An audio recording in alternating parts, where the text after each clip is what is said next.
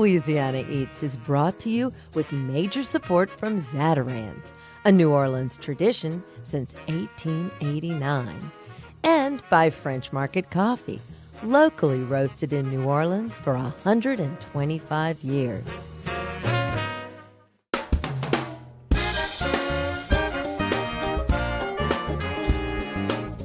From WWNO New Orleans and our studios in the Southern Food and Beverage Museum, this is Louisiana Eats. I'm Poppy Tooker. The holiday season is upon us, so on this week's Louisiana Eats, we're going to get you ready to be the host or hostess with the mostest. No one knows how to throw a party quite like Julia Reed. Julia joins us to give us her very best advice for how to throw a party where you and the guests will all have a ball. Then, Rob Bigelow, master sommelier of Sainte Michelle Winery, broadens our libation horizons with cocktails crafted with wine. And we'll also get a lesson in rice craft from Sonoko Sakai. Her easy-to-make little rice balls will add a tremendous touch of whimsy to any holiday buffet. So without further ado, let's get the party started on this week's Louisiana Eats.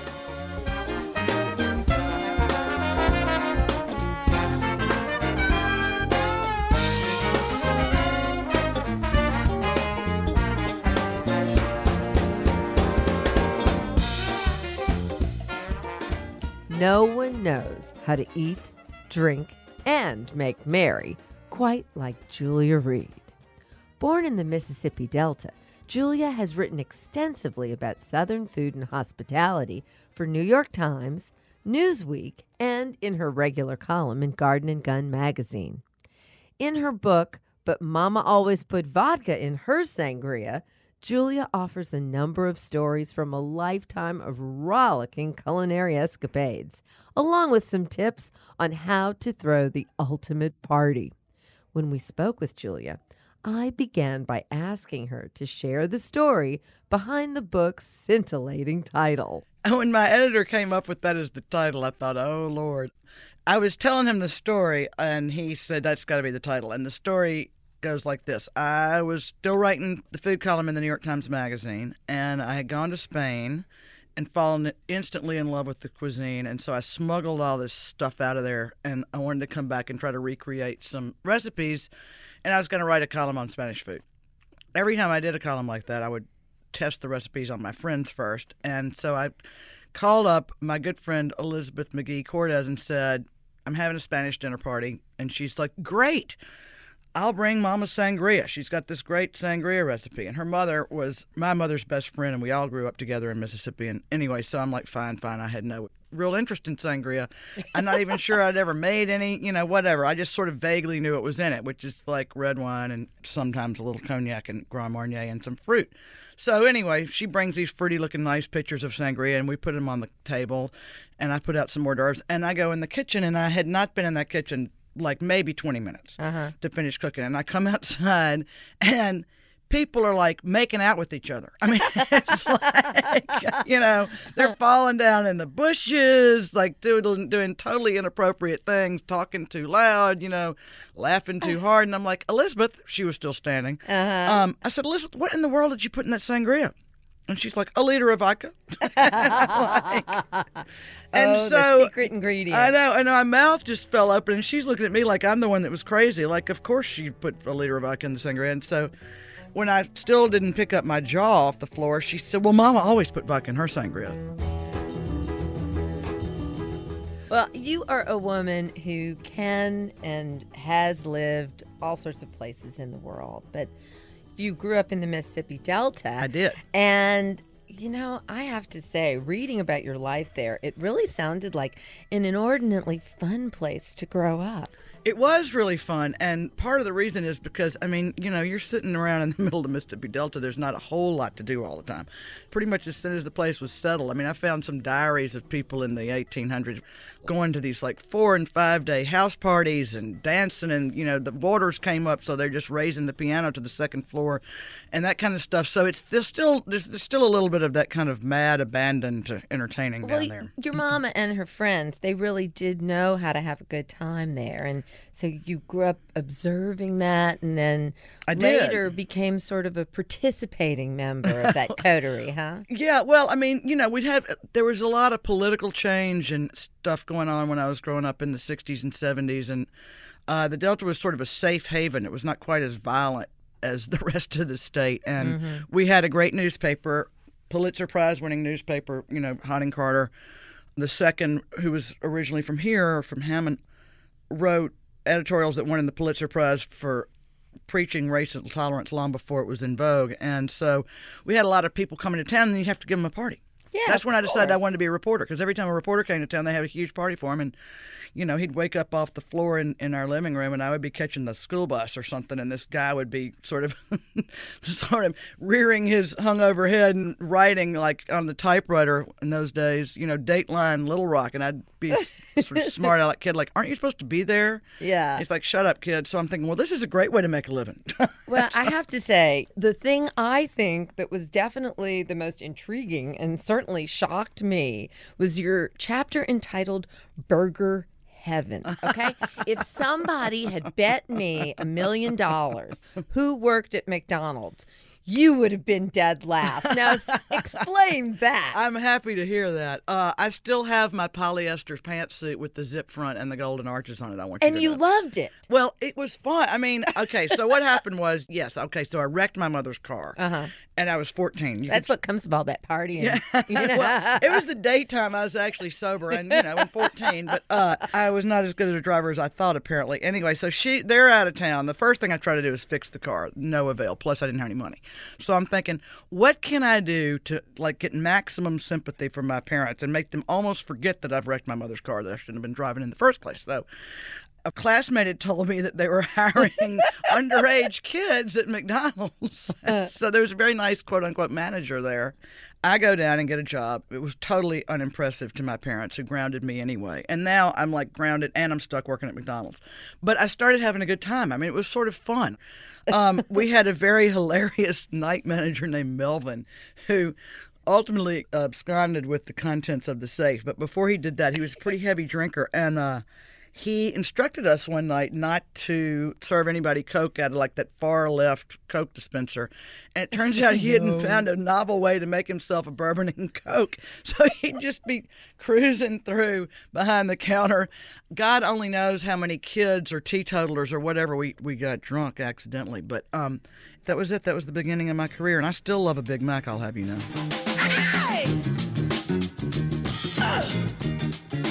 Well, as Southern as all your stories are, you just take everybody along with you on this whirlwind world tour that is the life of Julia Reed. We go to Paris, we go to London, we even cruise the Nile. So go to Afghanistan. That's right. When was your first significant trip abroad, and what's your favorite place? Oh, man, it's too hard to pick a favorite place, but my first trip abroad was to France because I was dying to go, and I was still 14 when that happened, on a study abroad thing. Yeah.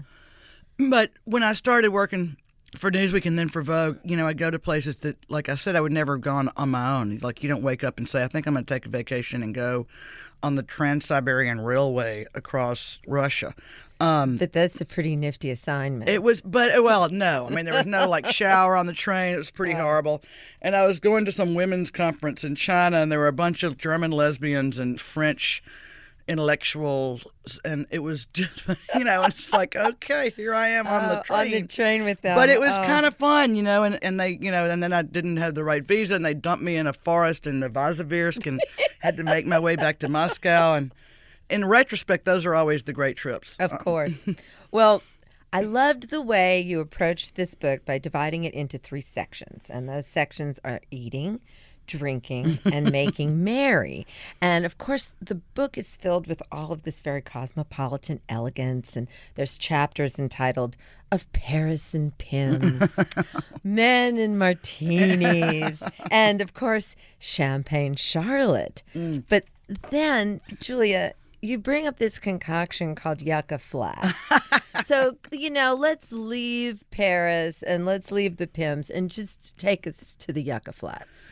Well, as much as I do love a Pim's Cup and a Pim's Royale, especially in the Ritz bar in Paris, I have an equally big fondness for a Yucca Flats just because I don't know what made me think about it. I was writing a column for Newsweek, and I started thinking of summer drinks and how it changes and everybody starts putting more fruity things and you switch from dark to light liquor. And it reminded me of the Yucca Flats that I drank at our neighbor's house where I learned all kind of important things in life, like how to play poker and how to hold my beer. And, it was my first experience with all the boys in the neighborhood. Our neighbor had this huge big playroom, and it had everything that you needed in life, like a pool table, a stereo, a poker table, and an old couch. And in the summertime, the older boys would mix up a Yucca Flats in a trash can. So I started thinking, I wonder what was in there. I just remembered it being really delicious and like lots of squeezed lemons and limes floating around in there and some cherries and God only knows what else and a lot of ice. So I go online and I realize that like everybody's pretty much lived the same life because there are all these things online going, oh yeah, this is great to drink when you're having poker, or sometimes we mix it with our feet, and it's always in a garbage can. So I'm thinking this is like some international trend. The Yucca Flats, everybody had one at one point or another. Anyway, it's a delicious summer drink. So I sort of reimagined the recipe. And it's quite a punch bowl. I mean, really. It is. Well, a galvanized trash can it can be very, very chic, I'll have you know. I have like this whole dream of having a big party, having nothing but huge garbage cans full of Yucca Flats. It'd be sort of reverse chic. Party. I'm telling you. I love that idea. Maybe I'll serve Big Macs alongside. That'd be grand. Yeah, but just make sure that they're on a silver tray and there's a waiter. Exactly.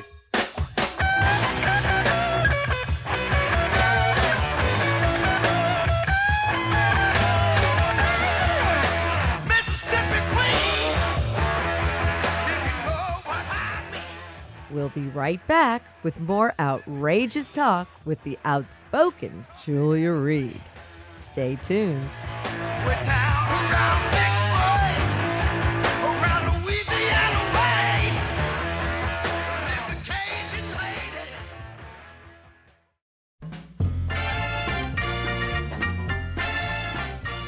I'm Poppy Tooker, and you're listening to Louisiana Eats. Edible content for Louisiana food lovers. Louisiana Eats is brought to you with major support from Rouse's Markets and from Ralph Brennan's Redfish Grill. From dock to pot, offering 9 varieties of fresh Gulf fish daily. Lunch, dinner, and private events at 115 Bourbon Street in the French Quarter. Baby, please, I'm begging you, baby. Baby, please, turn on the light, let it shine on me. Our conversation with writer Julia Reed continues as we explore why the Mississippi Delta-born former New Yorker chooses to call New Orleans her home. When I was a kid in the Delta, we'd either go north to Memphis or south to New Orleans, depending on how much time we wanted to spend in the car. And New Orleans usually won. It's like people sort of like, well, if we leave now, we can get to Galatoire's, in time for dinner or whatever. I found out that the train from Greenville, Mississippi, my hometown, did not stop until you got to New Orleans. There was no point in going anywhere else in Mississippi. And it was a direct train. That's it was fabulous. like the shuttle. So there's always been an affinity. I mean, growing up. And then I came for Jazz Fest, and I heard myself saying at about 3 o'clock in the morning after a post-Jazz Fest party, oh, yeah, I'm getting an apartment here. And I thought, well, then I guess I should. Yeah. And I did. Well, I'm glad you did. And in your opinion, what do you think is the worst mistake that nervous hostesses often make? Trying too hard, I think. Thinking, ooh, I'm having company over and I got to make some really incredibly overwrought, fancy thing. And I went through that when I was a kid, and I was like the youngest person at Newsweek and the Washington Bureau. I did know how to cook because grown up, as you said, watching my mother and her friends entertaining cooking. So I thought, well, I can impress them with, even though like they've actually have bylines and written books and stuff. I'm like, I can give a good dinner party. But instead of just sort of cooking a squash casserole or whatever, the first big dinner party I had, I just drove my mother insane. And I'm calling her up on the phone, and it was during the advent of nouvelle cuisine. So in the New York Times in those days, there were all these fussy, complicated, but not actually very good sounding recipes. So I was driving Mama crazy on the phone in the days when long distance actually cost money. It's Isn't that funny? Do you think I should have this or this? And I'm going through all these recipes, and she finally just cut me off and said, why don't you just make something that tastes good?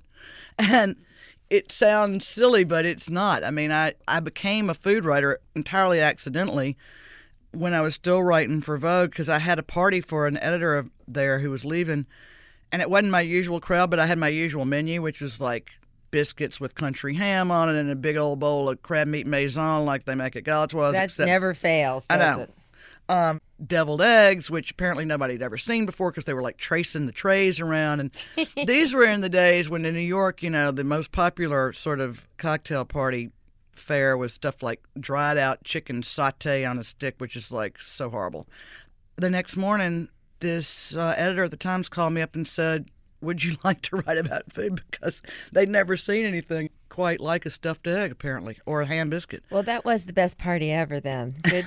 Congratulations. That was quite an accomplishment. But I mean, it just goes to show you, it's like it really is, have some food that tastes good. I mean, my go-to hors d'oeuvre is things like fried oysters. I mean, what's not to love?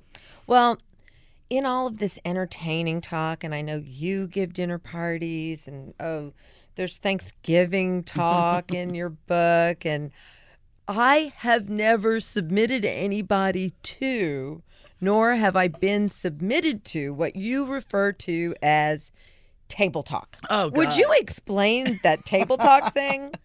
Well, that chapter is going to ensure that I'm never invited back to a New York dinner party again, which is okay. No, I remember the first time that happened to me. I was at a dinner table at this sort of very famous book agent's house, and her husband was a writer, and there were all these sort of hoity-toity folks there. I was sitting next to a federal judge, and Kimba Wood, who had just been turned down or had to withdraw from being Clinton's attorney general nominee because she had the typical sort of, she'd forgotten to pay her babysitter's taxes, that kind of stuff. But there are all these, sort of tabloid names there. And at one point, we were eating some not very delicious food, and the hostess goes, ding, ding, ding on the glass and says, okay, table talk. And she actually used the term, and we had to go around the table saying what we each thought about, like, I can't remember now, like the latest Supreme Court nominee, or, what's going on with the current immigration bill, or blah, blah. And instead of having like a discussion about that, which would be okay, it was literally like going around, it's like when you're a kid and you have to say what you're thankful for at the table or whatever. Yeah. And it gave all these pompous people, sort of a soapbox to stand on and talk endlessly. And it was just sort of, you've got to be kidding me. And then I was with a couple of good friends, and we hit the nearest bar and had to like drink ourselves into oblivion just to get over it. And then another time I was at a party, same thing happened, and this guy had just come back from the Gaza Strip, and he starts talking about this, and my views on the subject were extremely different from his in the first place. But there was no chance of like having an argument with him because he never shut up. Right.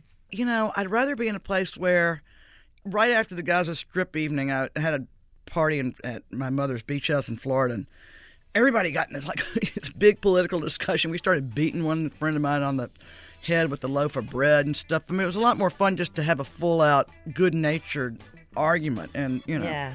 I mean, I just can't imagine anything worse than staged conversation. No, contrived parties, not my cup of tea. Scripted. Either. If you have to script your dinner party, you need some new friends. I'll say.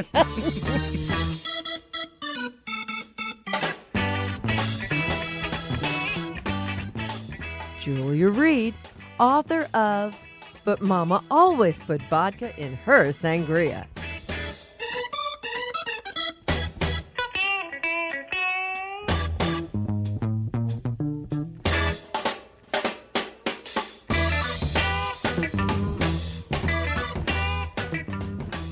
Onigiri, or bite-sized balls of rice, are a popular Japanese food that can be shaped and decorated to look like animals, flowers, and a lot more.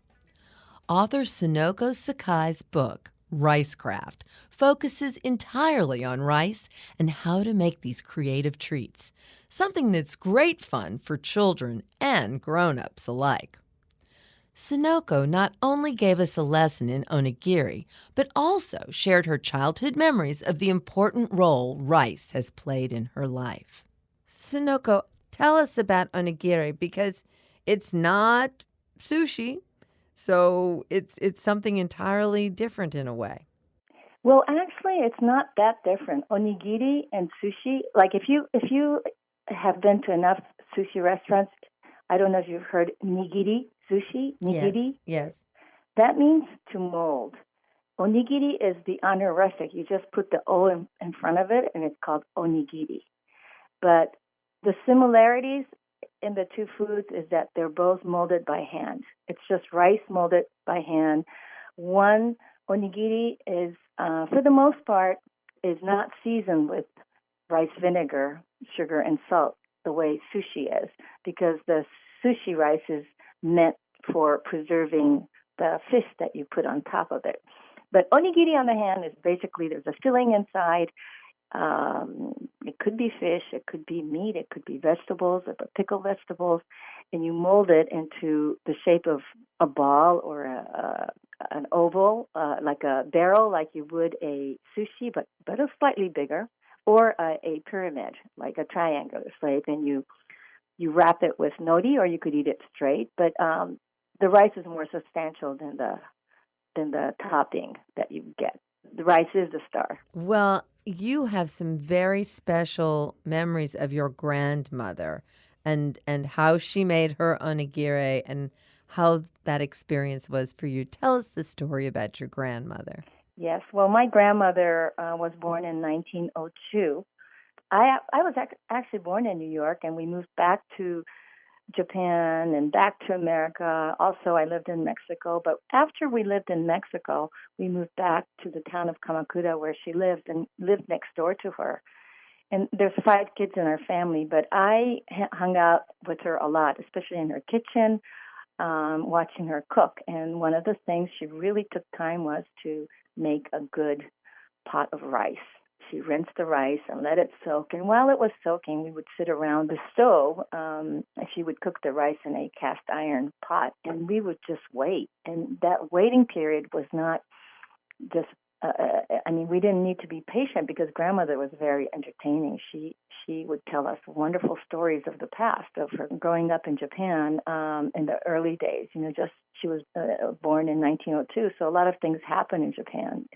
A lot of restoration happened, and it was a time when Japan opened up its ports and became more westernized. So there was a lot of influx of things Western, and like eating a piece of steak, and that's something she talked about the first time she ate steak while we were waiting for this rice to cook. So that was kind of interesting, and I still remember that. So then the rice is cooked. What happens then? Well, the rice is cooked, and of course the first thing she does is she opens the lid, right? And you have to kind of let the lid sit for 10 minutes after the rice is cooked. And there's just no peeking allowed while it's cooking. So when she finally says, okay, it's time to open the lid, this beautiful white steam comes out, and then it would fog her glasses. And then everything will clear up, and we see these beautiful pearly grains of rice inside the pot. And we would smell the beautiful aroma, this grassy aroma of the rice. And then she would start making onigiri for us. And often she liked to fill the onigiri with shaved bonito. And you just add a little soy sauce, and it makes for a really great filling called okaka for rice balls. And she would just stuff it and put a dab of salt on her palms and start molding it, and then wrap it in nori and just hand it to us. And it was just so beautiful. Every bite tasted of something, of my grandmother's love, of the Sea of Kamakura. We lived very close to the sea, so we would smell the sea and feel the breeze. And just that pastime was just so so comforting and delicious that I'll never forget that. Well, there are so many different kinds of onigiri that you can make. If someone were to get started with this, walk us through what some of the more approachable ways and describe the actual method that you would go about making them. Okay, so get some short grain or medium grain rice, right? And 1 cup of rice will make about 3 onigiri, 3 medium size. And when I say medium size, that's going to give you about 3 mouth bites. And once you have that fluffy rice ready to go, have a little teacup and just scoop some rice. I use about so that 1 cup makes 3 cups. So that 3 cups you could like scoop 1 cup at a time or 3/4 of a cup, put it into a bowl, and in the middle make a little like a dent and put your favorite filling. And that could be last night's chicken or grilled salmon, flake salmon, and put it in there, and have a little finger bowl, with water, and make sure your hands are clean, and dab some sea salt on your palm, just like a 1/4 teaspoon, and then if your hands are slightly moist, then the grains won't stick to your hand. So then you could start molding it, and you mold it into the shape you like. Snowballs are the easiest, right? Because it's just round. Any kid could do it. Like I worked with like a 4-year-old. They make the most beautiful onigiris. And if you feel like the rice is going to stick all over and you're going to make a mess, just line your bowl with some saran wrap, and then pick up the saran wrap and give it a twist, and then mold it like you were molding a balloon so that the rice is inside the wrap. And then undo the wrap, and then give it a final mold with your slightly moistened hands, and then wrap it in a piece of nori if you like, or you could just eat it straight. But there are also plastic molds, or nigiri molds, or wooden molds that you could buy online. So that's another easy way to do it if you are not sure about getting the shape right. Well, I'm sure that this is something that is really, really fun to do with children. Children must love this activity. Oh my God, and they love to decorate it too. So what I have done is I've done a lot of workshops, like at the farmers market, at schools, where they have like a farm to table program. I let the kids go and harvest their own herbs and little vegetables, and we'll just chop them up, red radishes and little pieces of parsley and nasturtium flowers, and they decorate their onigiri. And it's so pretty and fun, and even adults enjoy decorating.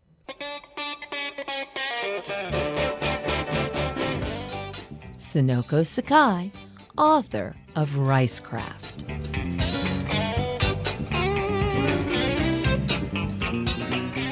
How do you avoid getting your guests too inebriated at your holiday party this year? Stay tuned, and we have some good advice for you about that when we come right back.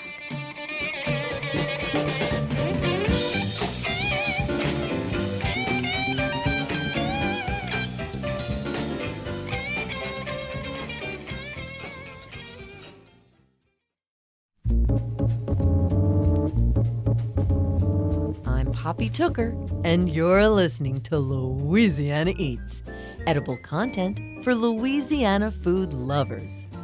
Louisiana Eats is brought to you with major support from Popeye's Louisiana Kitchen, Zatarain's, and from French Market Coffee. French Market Coffee's premium blend beans are locally slow roasted in small batches, creating a coffee that can only be called New Orleans bold.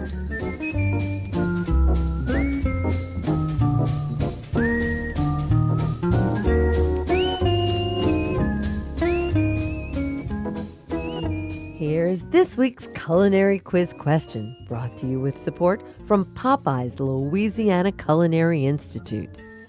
How do you avoid getting your guests too inebriated at your holiday party this year? First, have some non-alcoholic drink options, like a punch with no alcohol that alcohol could be added to at the guest's discretion. It would surprise you how many people will choose to drink the unspiked punch while appearing to party with the best of them. Make sure there's ample water, both still and sparkling, easily accessible to guests. Making a habit of drinking a glass of water between each cocktail makes a huge difference in alcohol consumption. And for goodness sake, encourage designated drivers. And remember, there's always a safe ride home in a taxi. I'm Poppy Tooker, and I want your holiday season to be both a happy and a safe one.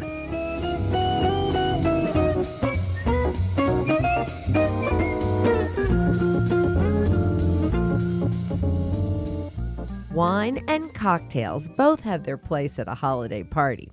But if you ask Master Sommelier Rob Bigelow, he'll tell you that you can have both all at the same time in the same glass. Rob specializes in creating festive cocktails that incorporate fine wines and unexpected flourishes.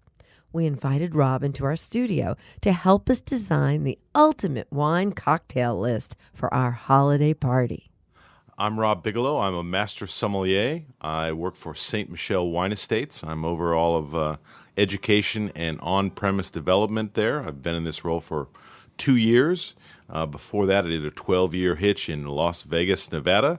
I ran the wine program at a little motel out there in the desert called the Bellagio. And then I moved over to Open Aria Resort and Casino, where I opened as the wine director and then became the director of food and beverage. Why don't you tell us a little bit about Sainte Michelle, where it is, and what sort of wines they make? We are Sainte Michelle Wine Estates. The foundation of our entire existence is Chateau Sainte Michelle in the great state of Washington. The chateau itself is in Woodinville, which is just outside of Seattle. We are Washington's first and founding winery. We have some other dynamic brands from there that you might know: 14 Hands, Columbia Crest, Spring Valley Vineyards, North Star, Cole Solari. We also have a winery in California you might be familiar with called Stag's Leap Wine Cellars, iconic winery that produced the 1973 Stag's Leap SLV Cabernet Sauvignon that came first in the great Paris tasting of 1976. So lots and lots of delicious choices. All delicious. But this using wine in cocktails, let's start with the very bottom. If you're going to make a cocktail using wine, how fine a wine are you going to select? When it comes to making cocktails with spirits, if you use a low-grade spirit, you're going to have a mediocre cocktail. The same applies for wine. If you use a low-grade, low-quality wine, you're going to have an inferior wine cocktail. However, as you move up to the medium grade, same thing applies in spirits and wine. If you use a medium grade, representative, good-tasting, well-made wine or well-made spirit in a cocktail, that's the sweet spot. You're gonna have a perfect cocktail, whether it be from wine or spirits. If you move up the ladder to the high end, you don't use high-end wines or high-end spirits to mix. Those are meant to be consumed neat and on their own. So right in the middle is where you need to be. Well, let's get started. Mix us some virtual wine cocktails and explain why you'd use the ingredients and how to treat the whole finished product. Well, like spirits, you need to strive for balance in a wine cocktail. So you're going to use wines that give you balance and flavor. And what is one of the great balancers in a cocktail? Acidity. Sweetness is also part of that triangle as well. So we search for wines like Riesling or Pinot Grigio that have natural acidity and maybe some sweetness in them that's going to help you build a balanced cocktail, because that's what the best taste is, balance. So we advocate for the use of Riesling. Some people use Chardonnay, but you want something with a little acidity. Some full-bodied, full-flavored red wines can make for very good cocktails. Like which varietals would that be? We saw a lot of people using Malbec. Malbec. Because it's got a lot of structure, but it's also got great aromatic capabilities and a wonderful fruit profile on the palate that helps build a great cocktail. Wonderful. So mix me a drink. Let's start with a new Riesling. This is a Washington State Riesling as our base. I might add a splash of Fernet Branca. I might also add like a quarter spoon of Mezcal or Scots whiskey just for that smoky flavor. I would put just a splash of simple syrup. I might add a little lemon juice to get that balance, and I would include also something like a peach puree to offer to play off the peach aromas and flavors that would be in the Riesling, offer a little additional sweetness, broaden the palate, make for balance. I would shake that. I would serve it on the rocks. I would float a little more Riesling on the top, and maybe I'd put a little slice of white peach on as the garnish. Well, that sounds beautiful. Okay, mix me a red one. I'll mix you a red one. Let's use our Red Diamond Malbec. Malbec hails and comes from Argentina.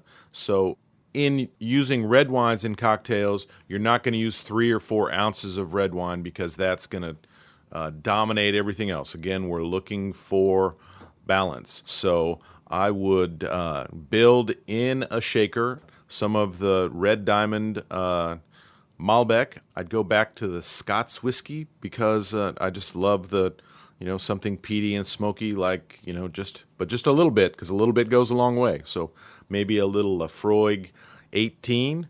I would muddle some blueberries into the mix because they're one of the fruit characteristics of Malbec is blue fruit. Blueberry, obviously, the boss of the blue fruits.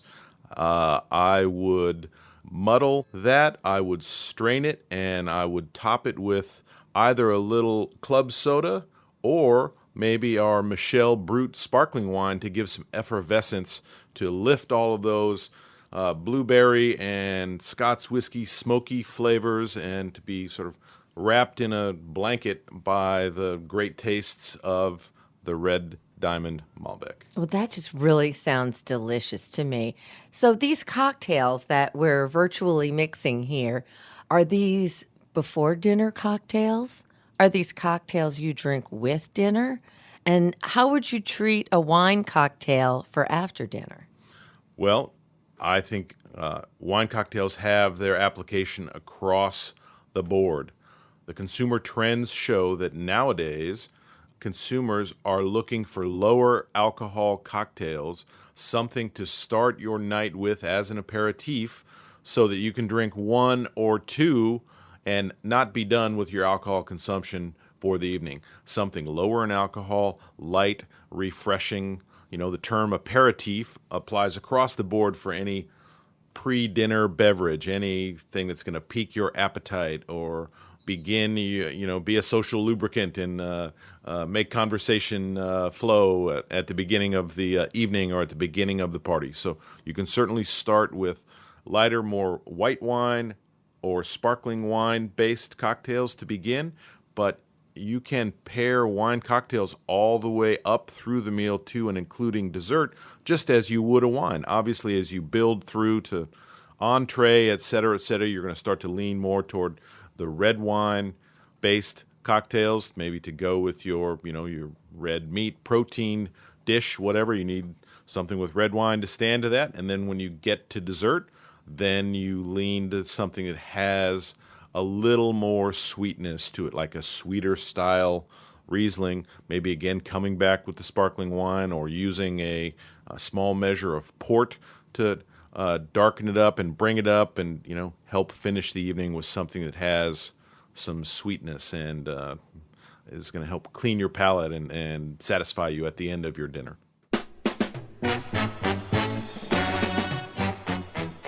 Rob Bigelow, Master Sommelier at St. Michel Wine Estates.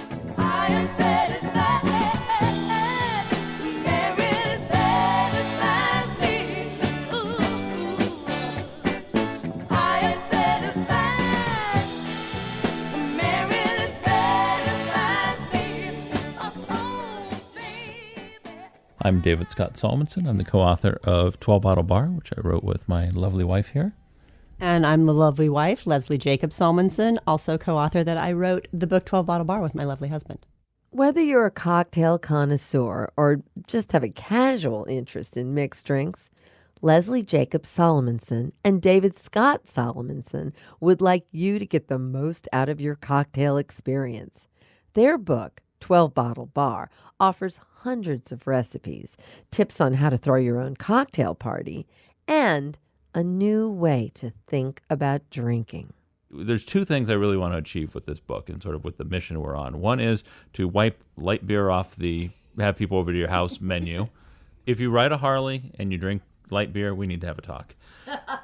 Because we want to go riding with them, right? Correct. And the other thing is we really would like to, with the cocktail renaissance, the one thing we haven't really seen so much is the resurgence of the cocktail party. And we'd like to have people go, it's not that difficult to make something like a Tom Collins punch. And you make it in advance of your party. And then your friends come over and they serve themselves. And you do what you're supposed to do, which is be with your friends and not trying to impress them by, how great you can make a blue blazer. And one of the messages of the book truly is that cocktails are no mystery. Going to a bar is a very different experience than making drinks at home, either for yourself or for your friends. You go to a bar to treat yourself and to indulge, not only in ingredients that can be esoteric or can be something you might not normally try, you're not even sure how to handle it or mix with it, but you're excited and you want to see what a bartender can surprise you with. I think that's the new nature of the cocktail culture, and bartenders flourish when you give them that permission. But by the same token, you don't want to take that time to make things at home that are that complex. You want to make a well-made drink that you can customize and that has certain elements of whimsy, perhaps, or something like that. But being at home and drinking is a very different experience. In some ways, it's more intimate, and it's great for us. I mean, we can make a drink in 3 minutes in the kitchen, and it's fun. And, oh, God, I squirted lemon in my eye. Oh, here, can you do this? Versus 20 minutes cooking dinner even. I can cook, you can cook, we can all cook. There's a big difference between saying we can cook and saying we're Grant Achatz or we're Thomas Keller. And I think that's the difference we see for the home bartender and the professional bartender. So from that perspective, and we like to use the food analogies a lot, is we really want to provide people with that great spaghetti and meatballs. We want to provide them with that great meatloaf or, the fried chicken. So these staples that everybody feels comfortable, or everybody's got a dish they make. We want everybody to have a cocktail that they make. And I think one of the fears that most people have of cocktails is not understanding them. People go to a bar and they don't know what a Tom Collins is, and they don't really know what they want to drink. So they order something that they sound intelligent, like I'll have a Grey Goose and soda. And they do it just out of panic and fear, I think, in a lot of cases, or just comfort. And I think if you get people to a point where they're like, I like a whiskey sour, but I like it with rosemary syrup instead of regular simple syrup, and it's easy to make at home, and I can throw that together. That's where we want to help people get to. So you think you might want to give home bartending a try? Where do you begin? Lesley and David explain how 12 Bottle Bar allows readers to acquaint themselves with their liquor cabinet using one bottle at a time. We start with the one bottle bar. One is just pick a spirit you like. And quite frankly, I don't care if it's a spirit that's in the book or not, but mix it with some sugar, some citrus, go to town. Find ways to explore with different citruses, with different sugars, with a little bit of water. Make a Tom Collins, make a grog, make things like this that were the foundations of cocktails anyway. And I tend to like to follow that historic path. How did these things evolve over time? Well, let's evolve our education the same way. And our bar. So if you're a complete neophyte, this is a way to sort of handhold you and say, drink what you like. You don't have to restrict yourself, even if it's not on our list, as David said, and you go with the basic. Then with the 3 Bottle Bar, we go to our next cocktail level where you can actually make a true mixed drink. We had the vermouths and bitters at that point, what we call the salt and pepper, again, food analogies for us. Bitters are more in the spice rack category, but we want to convey to people that things like the way you would add salt to a steak to bring, or to any meal to bring out the flavors. You're not seasoning something to make it salty. You're not adding bitters to make something bitter per se. You're adding it to enhance the other flavors. So that's our 3-bottle bar. So your Space Spirit, pick a bottle of bitters, pick a vermouth that you like, make a Manhattan, make a martini, but just begin to learn how these things play together. And then all in, if you were to do, say, those 3 bottles on the low end, you'd spend maybe $20. And you'd have your own little bar with your favorites. 20 to 40 based on what well, you buy. depending Yeah. on how high end. If you have an expensive taste in whiskey, then yes, perhaps more. But if we're looking at the low end of our actual cost, because we do low end spirits and artisan spirits, yeah, $25, $30, and you've got your own little custom bar that you can make, 20 or so drinks with. And then we go to the 4-bottle bar, which is simply adding liqueur. And in the book, we basically specify orange liqueur. We like Cointreau above all others just because it's super, super bright and clean in its orange flavor. It's super clear, so it doesn't muddy other things. And again, to go back to food analogies, I think it was Stephen Reichling or somebody who I learned from that when you make a rub, don't put salt in your rub. Add the salt separately so you can control the level of saltiness. And something like Cointreau, if you use brandy-based orange liqueurs or things with a lot of other flavors, well, they're going to bring all those flavors along with them. So again, a clean spirit or a clean flavor that you can apply specifically and surgically, that I like that. Yeah, and Cointreau also is sugar-based, so that becomes a sweetener. And sugar is something that a lot of people are really afraid of because you think of cocktails and most people think, oh, it's spirit heavy or oh, it's bitter. But cocktails do, a great number of them need that element of sugar in them. And I don't mean a spoonful of sugar. I mean some sort of element that, again, brings everything into balance. The ABV of the spirit, your actual percentages of alcohol, your citrus levels, which are your tartness, the sweetness of whatever sweetener you're using. So all of the things we have do that. For me, a well-made cocktail is a war of ingredients that no side wins. You want that constant interplay.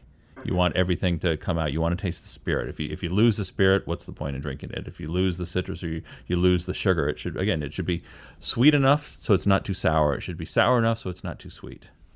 Taste is exceedingly subjective. The drink I like is not the drink you like. It's not the drink any of us like because it's affected by memory. It's affected by what we've read. It's affected by our own taste buds. The pretty girl you were drinking it next to. That's in my right. case. Could have been the worst drink in the world, but boy, you remember that, whatever it was, right? And one thing we really wanted to do with the book is we had to find a way to make ourselves different. The 12-bottle bar concept is, sure, that's one thing, but one goal we really had in putting the book together is we wanted to put a cocktail party in book form. So there's a linear path through the book. You read the chapters, the 1-bottle bar, 3-bottle bar, you read about the bottles and the drinks you can make. But we wanted this sort of parallel nonlinear path, which is if you're walking through a party, the conversations you might pick up. So we have people like Dale DeGroff and David Wondrich, and a lot of up-and-coming bartenders as well. And then people like Mike Nelson from Mystery Science Theater telling about his days working at a TGI Fridays. And those are the kind of things I want somebody to be able to flip open the book, or we want somebody, and turn to a page and go, oh, there's something interesting to read here. So it's not just a recipe book. We want people to actually read it. Well, I am so thrilled that you all took the time to talk with us on Louisiana Eats.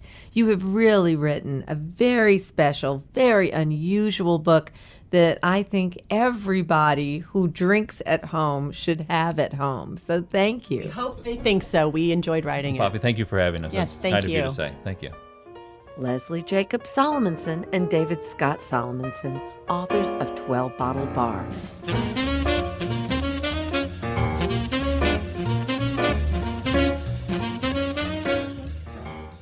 That's it for this week's edition of Louisiana Eats, edible content for Louisiana food lovers.